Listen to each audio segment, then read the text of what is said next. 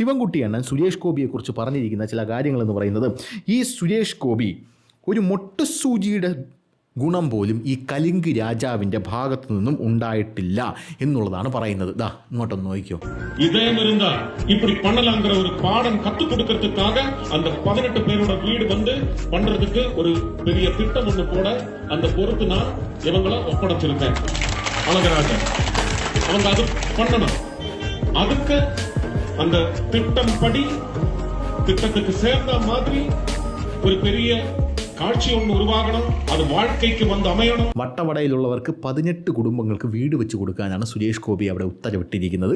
ആ വീട് നടക്കും. ഇനിയിപ്പോൾ വീട് വെച്ച് കൊടുക്കാമെന്ന് പറഞ്ഞത് ഇപ്പം നാളെ രാവിലെ ആകുമ്പോൾ തന്നെ ഉടനെ മറ്റേ ഫേസ്ബുക്കിൽ പോസ്റ്റ് വരും. എവിടെ വീട് വന്നില്ലല്ലോ, വീടെവിടെ, പെട്ടെന്ന് പറ, വീടെവിടെ കണ്ടില്ലല്ലോ, വീടുതാ എന്ന് പറഞ്ഞുള്ള പോസ്റ്റുകൾ വരാനുള്ള സാധ്യതയുണ്ട്. അപ്പോൾ അങ്ങനെയാണ് സുരേഷ് ഗോപിയെ വളഞ്ഞിട്ട് ആക്രമിക്കുന്നത്.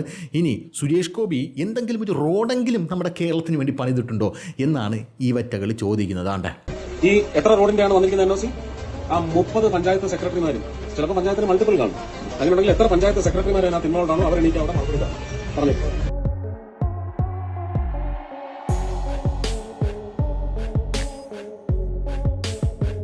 ഇനി സുരേഷ് ഗോപി നാക്കെടുക്കുന്നത് കള്ളത്തരം മാത്രം പറയാനാണ് എന്നാണ് നമ്മുടെ ശിവൻകുട്ടി അണ്ണൻ പറയുന്നത്.